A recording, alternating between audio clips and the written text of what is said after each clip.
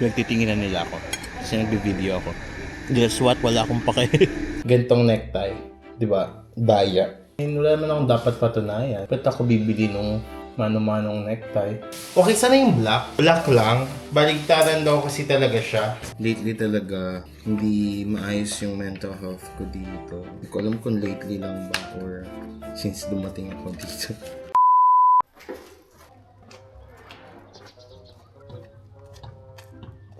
Mabuhay! It's rest day again. That's why I have the opportunity to vlog. Ang mga gagawin ko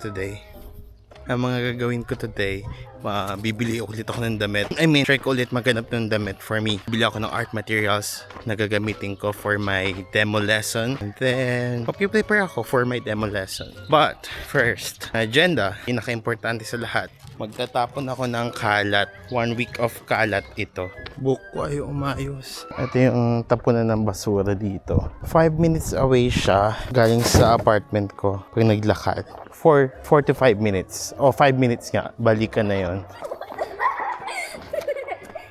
Alam nyo, kahit mainit na dito sa Uzbekistan, I still wear my long sleeves. Pinaka-reason nun, because of my tattoo dito sa right arm ko. Diba, Muslim country nga to. Medyo conservative sila sa mga tattoo, kanya. Although paminsan, lumalabas talaga ako ng t-shirt lang. Maghihintay na ako ng taxi papunta dun sa store na titignan ko ulit kung saan ako pwede bumili ng uniform dito sa Uzbekistan. Sobrang ayoko talaga yung paghihintay ng taxi. Nahahaselan ako. Although may choice naman na mag-book gamit yung application. It's called Yandex.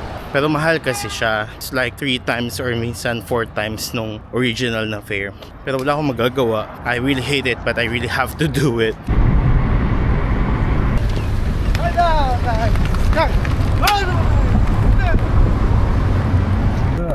Tagma. Puntahan ko ay yung pinuntahan ko rin last week. But this time, ibang type na ng damit yung hanapin ko. Yung na talaga coat. Hindi kasi ako nakapagdala ng coat from the Philippines. Tapos winter din. Nung dumating ako dito, winter. And kapag winter, hindi naman required mag-uniform even yung students and teachers. But now, na spring na, bibili na ako dito. It's big. Big? No. Red. Ha. Green. Yok. Green. Yok. Gördün gözle oğlum yaptı. Aldı yolu oldu ki anlamayın dedi. Ha dedi. Yeşil bir gembet onlara da kızıl bir gembet olunma dedi. Hindi ko nakita yung hinahanap kong coat. Sad. Kainis. Bawat trip lang ako sa loob. Masyado silang ewan Tagalog word doon na hindi masyadong offensive. Siguro communication barrier lang talaga. Kasi masyado silang pakilamero. Ganun. Kukunin yung phone mo, titignan yung nasa camera mo. Wala silang hindi sila aware na hindi okay yun. Nakabisit. Withdraw muna ako. Ubus talaga yung energy ko dun sa loob. Nabawat trip lang ako sa kanila. Kaya ako mag-withdraw kasi kailangan ko din naman ng cash. Tapos, dito kasi sa bazaar na yung pupuntahan ko. Wala kasi dito card payment. So, decided na mag-withdraw na lang. Pupunta ko ngayon dun sa bilihan ng mga school supplies dito. Nakapunta na ako dito several times, pero hindi naman talaga ako yung bumibili. Like, hindi siya for my own consumption. But this time, dito ako bibili ng gagamitin kong pang demo starting on Monday. Kasi 3 or 4 yata yung magiging demo ko. Paper, but not too much. Maybe yarim half. How much? Kancha. Unbesh 1.5. Yes. What is your name? Muhammad. Ona. Where is your school?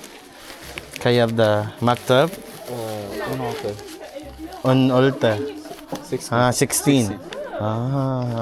Hindi ako nahihirapan makipag-usap dun sa nagtitinda ng school supplies. Mas naging madali yung conversation namin kaysa dun sa binilhan ko ng damit, which I am very pissed pa rin kahit hanggang ngayon. Ewan ko, nainis ako. Anyway, try ko pa rin maghanap ng coat. Sana meron ako makita dito. Kahit isa lang, and then ulit-ulitin ko na lang. Ay, ako. Kita.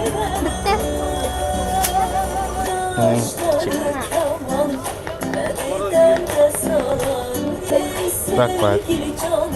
Pilok ng sweet corn. 10,000. Tapos, kanina, nung papunta ako dun sa bilihan ng mga school supplies, may nakita akong halera dito ng ng mga restaurant. And then, may mga kumakain pero kaunti lang and open space siya. So, feeling ko it's a good place. So, gusto ko rin mag-vlog habang kumakain. Tingnan natin. Saan ba yung daan dito?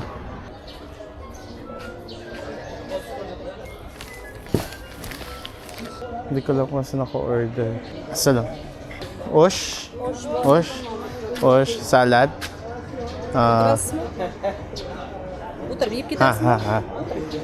Kancha? Ugtesmeng. Hindi ko lang kung may sukli pa ako. Hindi ko naiintindihan yung isang part na sinabi niya. It's a good place. Ano siya? Nadadaanan na namin to. Pero hindi kami tumitigil dito. It's gonna be my first time trying this food place. I hope it's good. First, try ko muna tong mais. Lang init.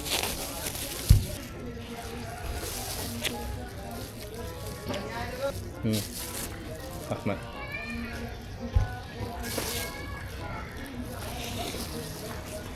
Sweet siya, sweet corn. Pero nilagyan niya ng konting asin kanina. And then, hindi siya dry. Yung iba kasing mais, diba? Kahit sweet corn, and dry na. But this one's good. Di pa ako nagla-lunch. Kaya talaga masarap. Feeling ko, bago dumating yung pagkain ko, ubos ko na to. Sarap. Lambot ng mais. Parang di siya yung mais na mahihimay-himay mong ganun kasi sobrang lambot niya. Sa Philippines kasi, diba, medyo firm pa. Pero siguro matagal siyang pina-steam kaya sobrang lambot. Steam lang ba to or pinapakuluan? It's fast. Wala ka makasya. Kancha? Tiyan ko kung magkano para kung may sukli. Bibigay na. Rahman. 12. So 38. Pwede na. Gusto ko kainin yung mais ng hinangasab kasi ka-braces ako. Pero kailangan ko siyang patanggal. Ngayon na ako nakangasab ng ganun sa mais ulit. By the way, this is my food. Osh. And then, it has salad on the side. And then itong bread. They sell it together with the choy, the lemon, but it's hot. So I asked them to replace it with Coca-Cola, but I think I paid extra for that. Let's taste. First bite. Lagyan ko ng kanin. Init. Sarap. It's good. Init pa. Then tong salad, cucumber, tomato, onion. Nothing special. Pero dahil fresh siya, sarap pa rin talaga siya. Sili. Yung sili nila dito, hindi talaga siya maanghang. For me, hindi siya maanghang. Pataking food. Malaking plato siya. And then even yung plato nila dito ay malaking part ng culture. Meron sila ditong park. Tawag ay Alisher Navoy Park. Alisher Navoy is a poet. Pinangalan sa kanya yung Navoy region. And dahil nandito ako sa Navoy region, may park dito na Alisher Navoy Park. And then dun sa park na yon, I'm not sure if may picture or video ako. I'm trying to put it here kung meron. Meron siyang plate, mga plato. And at first sight, sabi ko, ano yun? Plato ba yun? Parang, di ba, parang ang random na may mga naka-display na plato. But, plato talaga siya. Kasi malaking part ng culture nila, yung mga, even yung mga plato.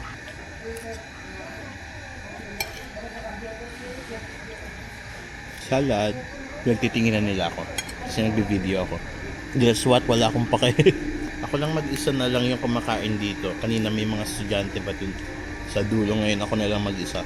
Pero yung mga tumitingin sa akin, nasaan sila? Mga 10 meters away from me. Mga trabahador. Hindi ko maganda din dito pag gabi. Hindi siya galing sa ref. Pero malamig pa rin. Against the light yon. So I think balik ako sa gantong angle. Mas masarap to kaysa sa kinain ko last week dun sa Yangi Hayot.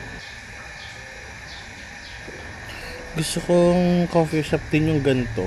Hindi ko ito na-check nung nagsisnow. Nalimutan ko i-check. Di na rin ako magtatagal dito sa labas. So kasi mag-start na rin nung mag-prepare nung ano ko for my demo lesson hanggat may araw pa. Although Saturday pa lang ngayon. Sa bahay na lang din ako magkakape para tipid kasi nakamagkano na rin ako today eh. My most hated part, waiting for a taxi. 6:23 p.m. Gabi na, pero hindi pa nagsa-sunset. Mataas-taas pa yung araw. Uuhaw ako. Gawa ako ng kape maya-maya. Pero ngayon, inom muna ako ng tubig. Alam nyo, mukhang mag-retire na tong baso ko na to kasi meron akong bago. Lagayan ng kape. Bang, yung Nescafe Gold. Ito ang gagawin ko. Dito na lang ako magtitimpla ng kape. Shake.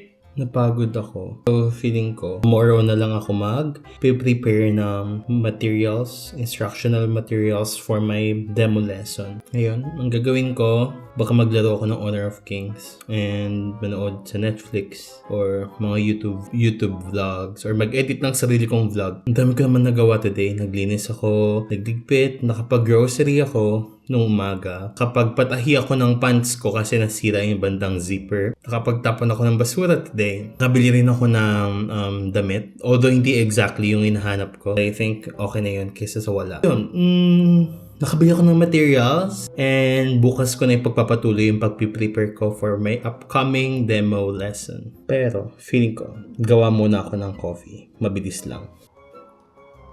Yung Nescafe Gold, I transferred the coffee here para magamit ko to. Ganito ko karami maglagay. Minsan, pag marami pa. Pero ganito talaga yung tapang na gusto ko talaga. Konting tamis lang. Hindi ko pinakita. So, ang gagawin ko, dito na yung tubig.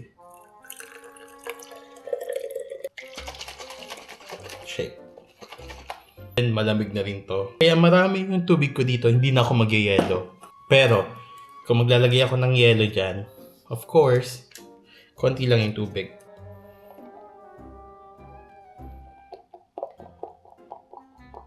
Yeah, ang dami.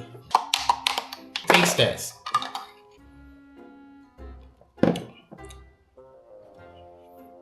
Parang sa talaga ng Nescafe Gold.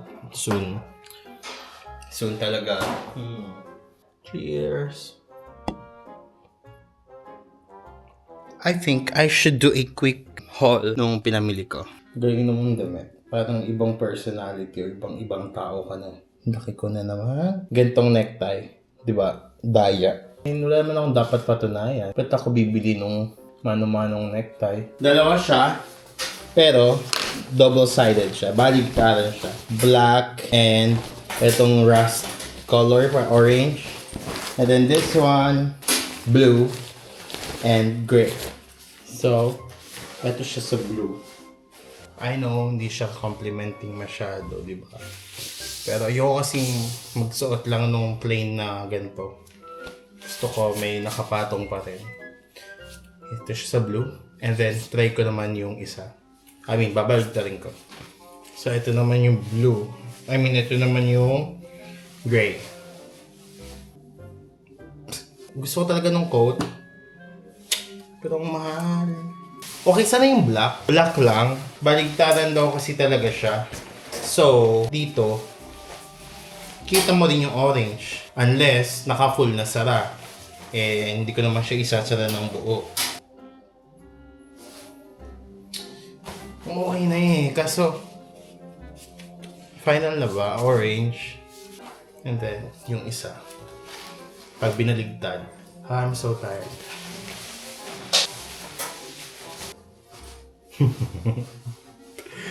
Masyado akong tanaw. Pero, feeling ko, masyado ba itong broad? Dapat tama lang kasi yung end ng shoulder ko nandito. Mas press ko na siya kaysa sa jacket na suot ko palagi. Feeling ko okay naman, no? Hindi siya okay, pero what can I do?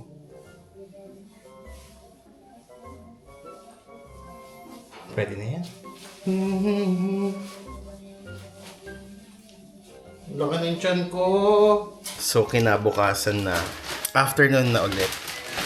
I've had my lunch, and this is my second cup of iced coffee. Sa last clip, I think gumawa rin ako ng kape, no? Yeah, gumawa rin ako ng kape. And ngayon, for today, pangalawang ko na siya, iced coffee. So ngayon, ang gagawin ko is magpe-prepare ako ng aking instructional materials for my demo lesson tomorrow.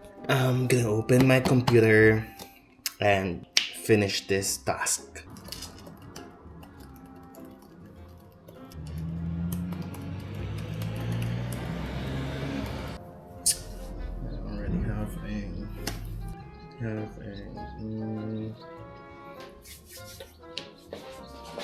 Ito yung mga pinamili ko. Markers, may glue, may scissors, may blue, purple, green. Hindi ko naman siya gagamitin. Papamili ko to sa mga students. Sa recitation, ganyan. Ito, group activity. Yung mga naiisip kong gawin. So, ang topic ko kasi ay clothes. Iniisip ko kung paano i-include yung vocabulary, grammar lesson, and speaking activity. Lately talaga, hindi maayos yung mental health ko dito. Hindi ko alam kung lately lang ba or since dumating ako dito.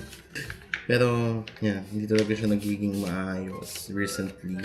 I'm 26 years old and recently sa social media, marami akong napapanood about life in your late 20s. Yung mga siguro mid-20s, 25 to before turning 30 kanyan. One thing na everyday iniisip ko is yung napanood ko about late 20s is about learning who you're not. Trial and error. Marami kang gustong subukan, marami kang gustong gawin. Dahil nga sinusubukan mo pa lang siya, tinatry mo pa lang siya, doon mo malalaman kung para sa iyo yung mga ginagawa mo. And to be honest, recently, yun talaga yung napifeel ko. But it's okay. I also realized na I really have to be extra kind sa sarili ko and mas maging patient ako sa sarili ko because of the repercussions of the decisions that I made. Hindi naman siya talagang sobrang negative, but at the end of the day, ako kasi yung dahilan kung ba't ako nasa lugar kung nasan ako ngayon. And I know na bawa may makapanood nito, alam ko na marami din sa inyo na parang hindi talaga nila alam kung saan yung direction na pupuntahan nila sa life. And to me, that's okay. Kasi especially in your late 20s, na talagang explore ka ng explore, diba? Hindi mo alam kung ano yung dapat mong gawin. And that's okay. Mag-explore lang. Ang lagi kong sinasabi sa sarili ko, wala naman ako nasasaktang tao. Kaya okay lang. And ako naman din yung good or bad. Ako din naman yung makikinabang sa dulo. So, susubukan ko lang yung mga bagay-bagay. Pero hindi talaga siya nagiging madali. Especially recently sa akin. Pero yun, na-realize ko lang na it's about learning who you're not. And that's gold. Tapos na ako mag-prepare. So, feeling ko okay na yun. Tomorrow na lang malalaman kung execute ba ng mga students yung lesson ko. Hindi siya mahirap. Madali lang siyang lesson. Pero titingnan ko pa rin bukas kung kakayanin naman ng students. Feeling ko naman, I think it's quite easy for them.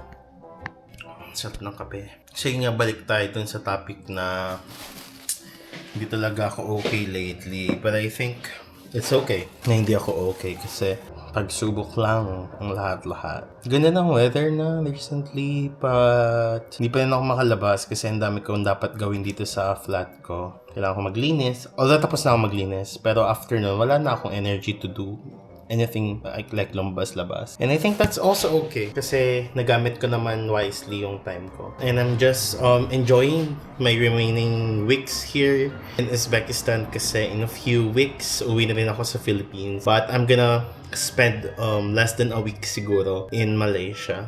Magbakasyon lang din siguro ako doon. I mean, yeah, magbakasyon lang din ako doon. Try ko mag-explore, mag-vlog ako, and enjoy ko yung Kuala Lumpur. For now, ina-enjoy ko lang yung trabaho ko dito. That's all for today's vlog. See you next time.